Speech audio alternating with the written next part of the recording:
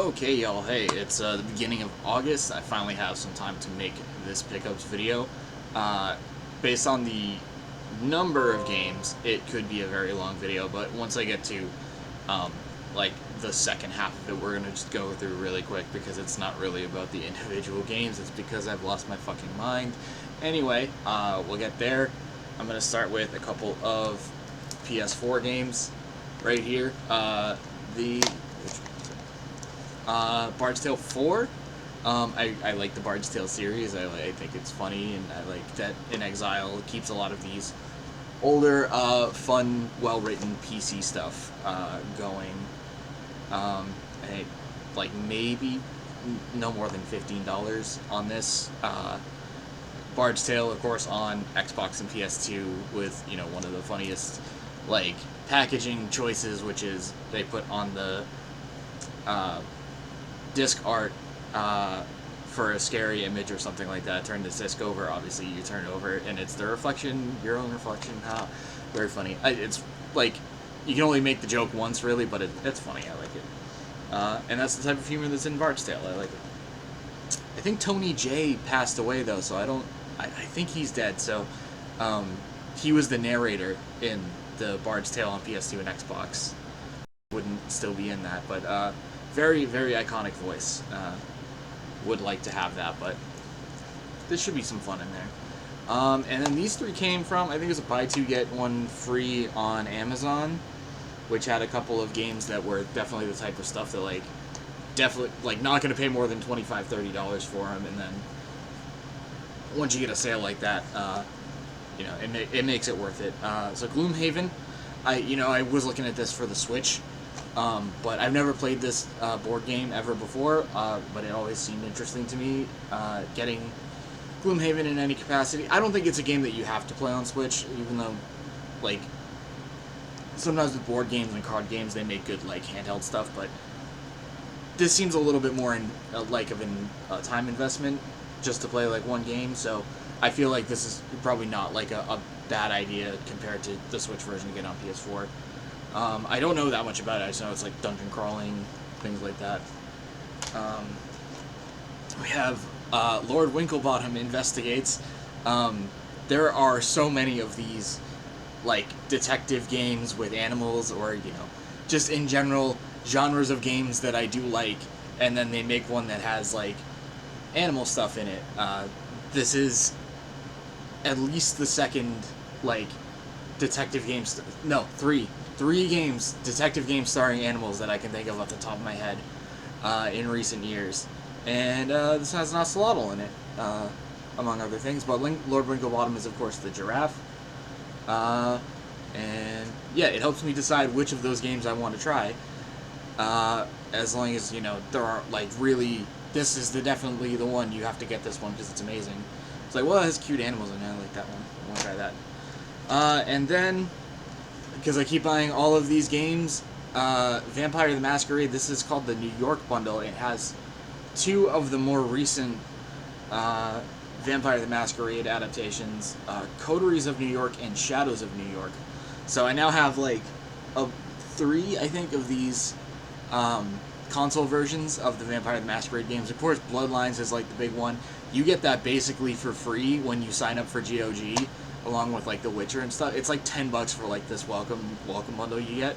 I've never really played it, but I do admire the Vampire the Masquerade series for being, you know, lots of lore in the role-playing and stuff, also giving us Gangrel, I believe. I think that's the license he's from White Wolf, right? Whatever. Anyway, so yeah, that's some PS4 games there. We got two PS5 games. One is Bomber Cyberfunk, another game that I was kind of, like, not sure if I really wanted to get it on Switch or if I would just get the cheaper version, which was the PS5 one. So once this dropped below $20, I picked it up. This is a loving tribute to Jet Set Radio, which at the time that they made this game and released it wasn't going to be a thing anymore, and still wasn't a thing. And now that they have released it, the cult status of this game, I don't know if it's, like, you know, like, crazy cult status or anything like that, but a lot of people really enjoyed this game because there was no Jet Set Radio for 25 years. And Now there's going to be a new Jet Set Radio game, but this is supposed to be still really good, though. So, I'm glad that I got that. And this is College Football 25. This was basically the my Teddy KGB. Pay that man his money.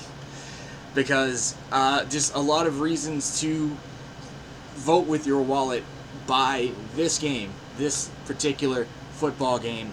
I really want to reward good business practices that are good for the consumer in the long run and for the players involved. You know, you've probably seen a lot about it. College Football 25, it's the first one since 14. It's been 11 years. It would have been 10 years, and they delayed it to get the best game out that they possibly could. They gave the development team another year to make the return. That was a good thing. Players are all getting money out of this. They opt in, or I think they're automatically signed up for it, but they can opt out. And if, you know, as long as they're not opting out, they get $600 and a copy of the game, and their name and likeness is in the game. Never a thing before. There's a lot of features in here. I think a lot of what I've seen is that, you know, people aren't necessarily happy with the features that haven't returned yet, but this is a really good gameplay game. Like, this is a game with good gameplay. You don't have to go all the way into Ultimate Team to enjoy it, and therefore you don't have to shell out a fortune just to have a game that you mildly enjoy that will just get replaced the next year with something probably even worse and more predatory. I want to buy this game. I wanted to pay the full price for this game because I wanted a good football game with AAA production on the PlayStation 5, and I wanted to reinforce the idea that, like, this is what I want to see in Madden.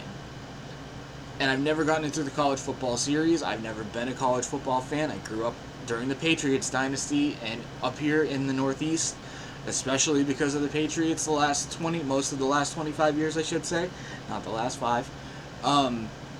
Like, there hasn't been a reason to not just follow the professional game. Now, we don't really have that, and we don't necessarily have a college team to follow. We're not in the South where it's a lot different.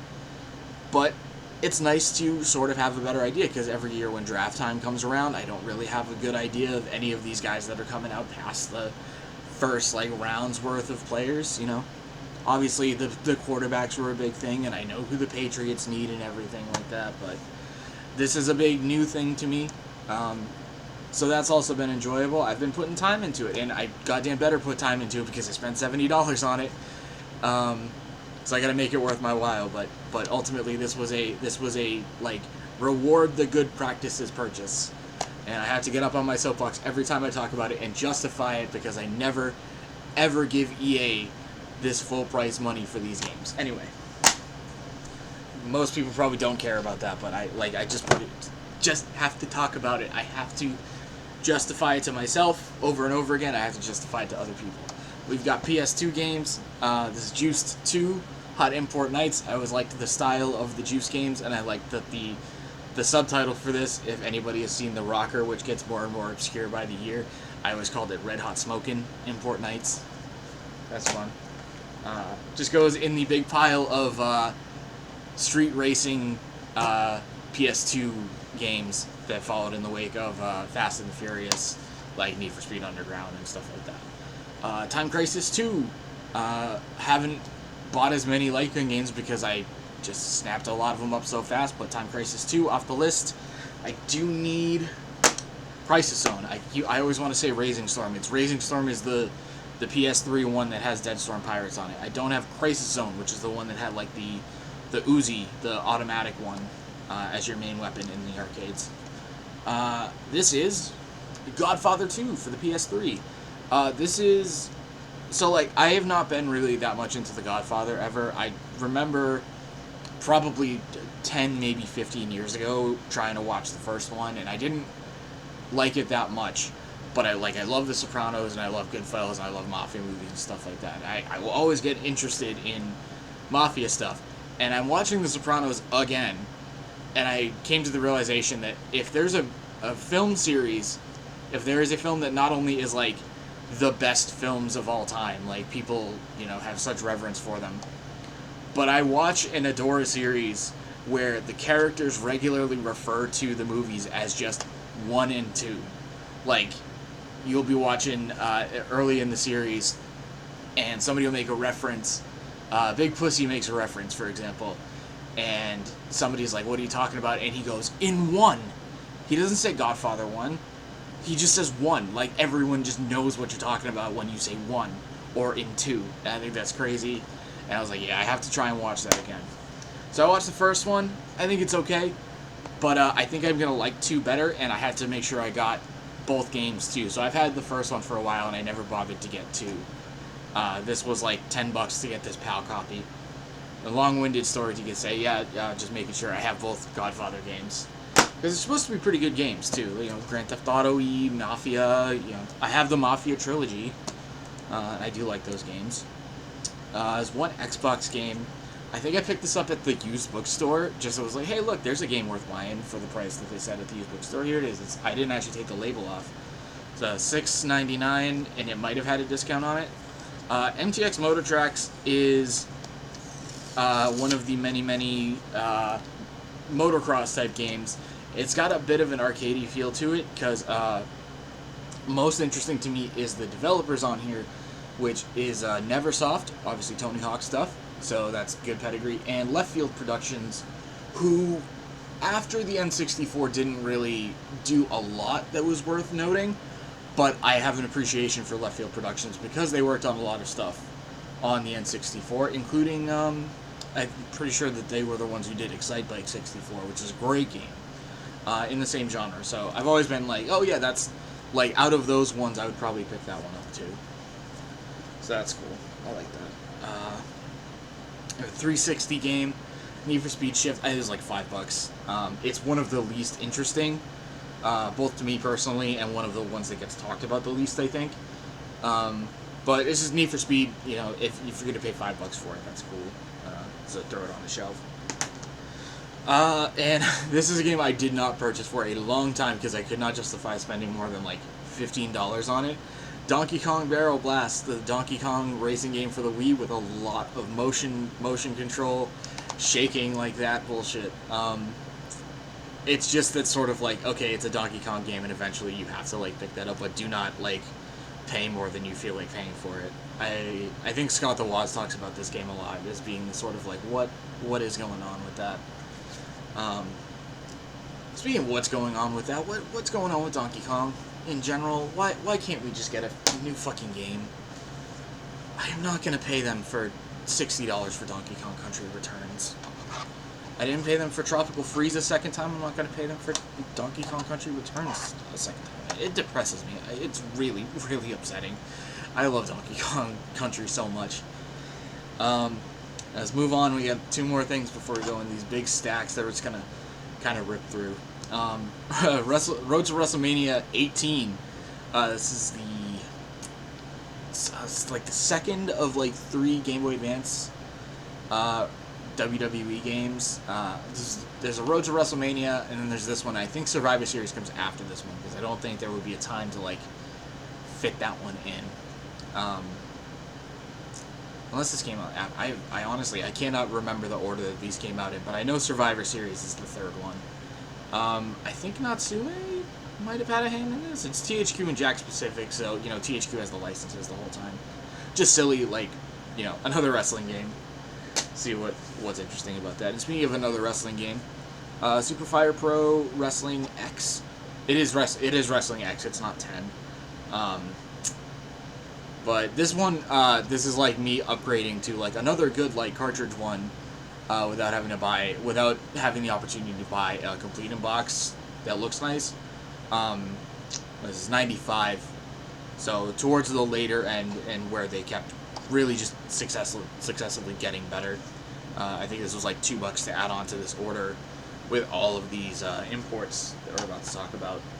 So, if you haven't seen on my Instagram in particular, I've been buying the Japanese exclusives for the 64. So let's start with the 2 nice ones that I got in the box here. This is Doraemon 2.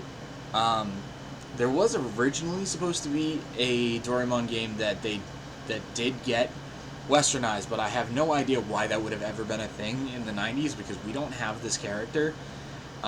We don't even have this developer doesn't do anything. Epoch, EPOCH, which it's like, that is the, I don't even know if that's the animation studio that makes these.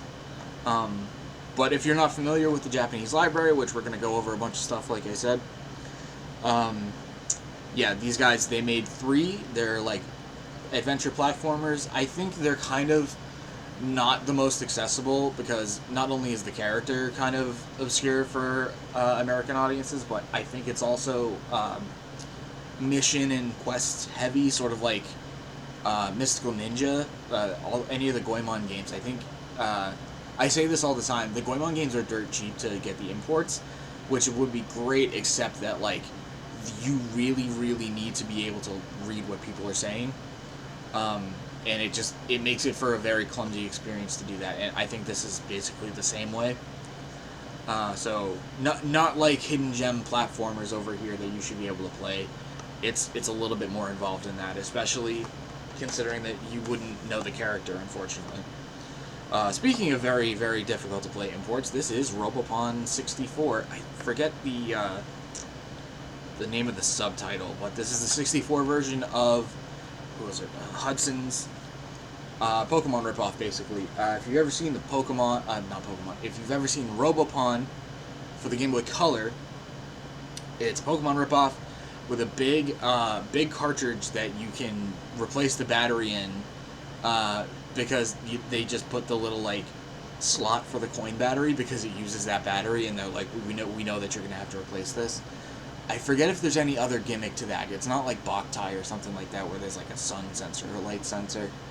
But that game didn't even review very well. But the Robopon series has become sort of this like funky, weird, obscure, like little Japanese toys Pokemon ripoff that is like just so much like denser and drier, but still very much targeted as like a kid's game to be like, this is a Pokemon game, but it's with little tiny robots. I think it's very interesting that there is a consoleized Robopon game. I think they were trying to get that market when Pokemon wasn't going to do it, other than with Stadium. But anyway, for cartridge onlys, there's 2 stacks this size. So let's go through them really quick. We got Wonder Project J2, very text-heavy, like graphic novel type of game. There is an English translation that I have on the EverDrive, but basically, I'm going to say it like 100 times. I'll get it out of the way. I'm buying these just to have, you know, more exclusives, a bigger percentage of the global library, and I'm not rushing out to buy the heavy hitters or anything like that. I might pick them up eventually. But these are the ones we're going over today, and the ones I'll probably pick up sooner rather than later are on the cheaper side. So Wonder Project J2, when I play that, I'll play it on the EverDrive and play it in English. I'm very grateful for that English translation. I would just throw these all at, in the same like shot, because that's what they are to me at this point. I'm going to just get all of these. 1 second.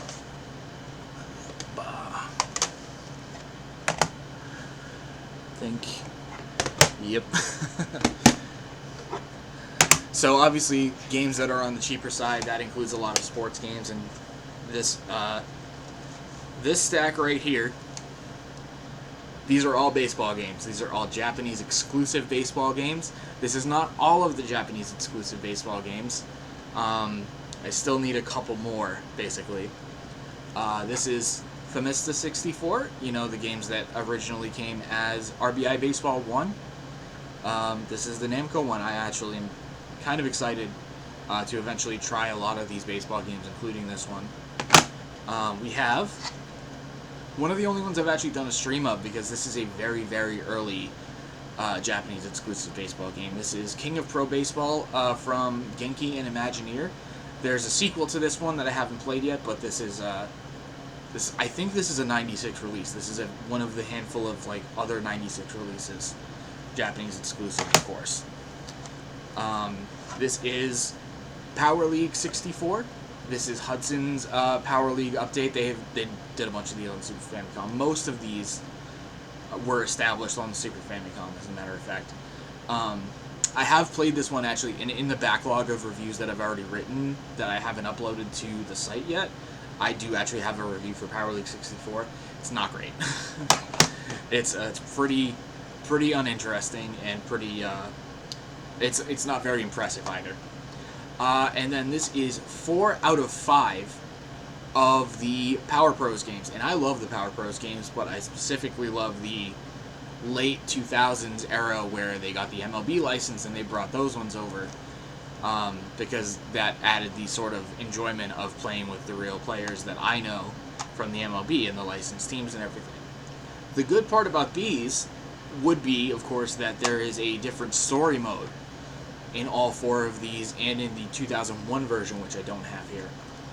But this is Jikkyou Powerful Pro League 4, 5, 6, and then they started numbering it by the year with 2000. I don't have 2001 yet. It would be nice if I could read the text in the story mode if I go to play them, but that's a bridge we'll cross another time when I start reviewing more of the Japanese games. Then we have, this is another pair of games that is important to go over together. If y'all don't know this, Japan really loves the game of life. And I think I checked after I bought these two if there was another one, and I don't think there is. But these are both adaptations of the game of life. If you're ever in a store looking through Super Famicom games, some of the games that look like they would also be pachinko games or mahjong games might actually also be Jinsei Game, which is the game of life. This is one made by Taito, and this is one made by Takara. Very weird that there's a Taito one, because they have almost no representation on the N64. The only thing that they have is Bust-A-Move / Puzzle Bubble. So it's funny how many Japanese developers and publishers didn't do anything in the West, even though they had other stuff that they did in the West. I'm going super slow here, way slower than I thought I would. Let's kind of talk about these ones together because they're kind of related. The other things that you have to sift through when you go through the bulk of Japanese imports are shogi games and mahjong games. There are several of those, each of those, in the Japanese-only catalog. This is one of each. Mahjong Master from Konami, and this one has always been interesting to me. Saikyu Habu Shogi, which has this like nice-looking man on the front in his what looks like a gi, who's really intense about shogi, and this was also a launch title. In Japan, of course, we never got it here, naturally. But yeah, this is a 96 release. That is, for sure, a 96 release. Not yet in my collection is the very interesting shogi game that has the phone jack on it, that had online play. I actually do really want to get my hands on that because it's so interesting to me. 64, Atsumo. Actually, this is another game that I have in a backlog of Japanese games that I have written the review, and it's ready to go when I don't have anything to upload, along with Power League. Again, another publisher, actually. Bottom Up, not a publisher I have any familiarity with other than this 64 Atsumo, which is sumo wrestling. And there's 2 of these, actually. I haven't played... I can't remember if I played the second one. If I did, I didn't write the review. If that makes... I'm blanking on that, because I did this, like, over a year ago. Oh, next we have... Okay, here's something actually interesting, I promise. Pocket Monster Stadium 2, which is our Pokemon Stadium 1. The first Pocket Monster Stadium, which basically when you refer to it is Pocket Monster Stadium 2, and Pocket Monster Stadium Gold and Silver. They got one in Japan before we had Pokemon, basically, in general, and that game is really embarrassing because they rushed out a Pokemon Stadium game with only like 60 Pokemon in it. They like left out all of the ones that you wouldn't want to do competitively anyway, but then it's just like really bare bones and incomplete. This is just Pokemon Stadium 2. Excuse me, our Pokemon Stadium 1. That's what this is. And something you always gotta like make sure you remember if you're looking for all 3 of those games, because this isn't Gold and Silver. Then we have one of the, like, when we talk about the 64 having no RPGs, it's just we didn't get any over here in the United States, because this is Fushigi no Dungeon, Shiren the Wanderer 2. Basically Mystery Dungeon, is my understanding. It's from Chunsoft. You can get a lot of these on Super Famicom as well. Not going to be very easy to play this on my end, but it's one of the exclusives, and it's an RPG. One of the Super Robot Wars games. This is Super Robot Spirits. The other one I think is just Super Robot Wars 64. Very, very long-running series from Banpresto. Who else works on this? I think it's just Banpresto, actually. But we're even getting these, like, still today on the Switch with all these licenses on them from Gundam and I forget what other series, because they're all a bunch of series I don't really know. But they're tactical RPGs with all these robot TV show licenses. This was really, really tough for me to remember which ones I need and which ones I don't need. J-League Live 64. Electronic Arts. This is FIFA 64. The really bad one. Like the really, really bad one from early 97. But it's an exclusive because this has the Japanese teams in it. It is not the FIFA series. It's not the same rosters. So, you know, I mentioned it at the beginning, I did not expend a lot on these. And I'm not going to be spending a lot on any of these Japanese exclusive soccer games. I don't need them that bad, but when there are more games to check off a checklist, it's okay with me to spend a couple bucks per game. This one is actually an interesting one to me because of who has his name on it. This is Itoi Shigesato no Base Suri #1. I think there is a Super Famicom version of this game as well, but this is a fishing game released in 2000 where Shigesato Itoi of Earthbound fame had a big hand in it. So out of all the fishing games on the N64, which there's a couple more Japanese exclusive ones, this is the one that I'm actually interested in. The cover art for this is really funny too because it has a big sunfish on it, looking all goofy. So it gives you an idea. And look at these little characters on this bright yellow cover. Like, look at that. That's very, very different vibes from all the other ones. Custom Robo V2. Again, not a game that's very easy to play, even if you would really want to. I had Custom Robo V1 before, or I've grabbed the wrong one for this video because I couldn't remember which one I just got and which one I've had for a long time. But there's two Custom Robos on the N64, and I now have both of them. Those are dirt cheap. This is actually a game that I just played, and one of the only games that is not technically an exclusive, but I was really, really interested to pick this up for like $23. Super Bowling. Super Bowling, if you don't know about the collecting scene on the N64, basically the second most expensive US N64 game, and I think in general 64 game.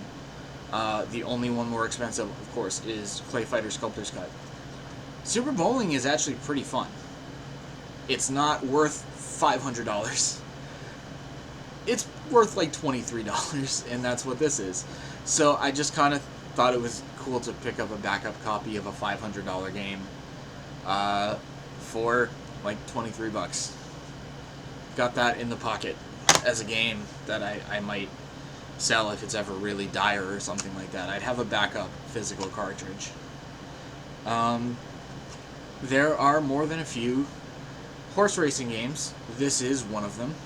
Derby Stallion 64. I will admit it's got probably the most fun-looking graphics. And it's a surprisingly late one. It's a 2001 release, believe it or not. This is from Media Factory. Again, all these publishers that just don't pop up with westernized releases. It's just all the 64 in Japan. We've got Aiko no St. Andrews. This is Sega has, I think they made both of the exclusive golf games. This is St. Andrews. There's another one that is Masters 98, which is not even the first game to be either of these games, like an exclusive game for St. Andrews and an exclusive game for Augusta National and the Masters. but they didn't get released over here, even though the Masters in particular is an entirely American thing. It's a huge American sporting event. It's an American golf course. Really, really interesting to me that we get YOI Country Club from T&E Soft. They might have been the ones that did Masters, actually. But this one's Sega. And this is in-house from Sega, not from T&E Soft. I think these are, like, unnecessarily complicated golf games. But yeah, there's exclusive golf games that are not like goofy cartoony ones, just ones that, like, on a console that we only got 3 of, and only one of them is really that good. Actually, a little bit of a bummer that we don't get those other 2 just to increase the competition. And then last but not least, we're finally at the end of an over half-hour pickups video. This is just my second N64 cartridge that has Dobutsu no Mori or Animal Crossing on it. I have that lovely, lovely reproduction in the yellow shell with the translation on it that I got from Dad's Video Games like a year and a half ago now. And that is obviously what I'm going to play when I play Animal Crossing. A very, very late release, by the way, like mid to late 2000. 2001, sorry. I'm in 2001, I just played Paper Mario. But yeah, this is the first Animal Crossing. Actually, really, really looking forward to it because I want to sit down and play this original Animal Crossing game and just kind of lose myself in it as best I can. So that's my burgeoning Japanese N64 collection. We'll see where it goes from here.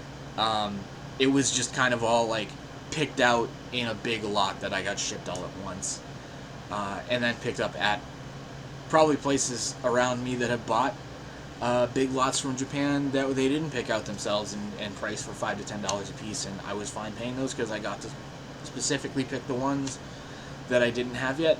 I might buy a lot for myself to get some of those sports games and fishing games and stuff. Excuse me, but I'll see how I address that in the future. This is just kind of a big well, I'm having this weird thing this month where I'm just picking up all these games.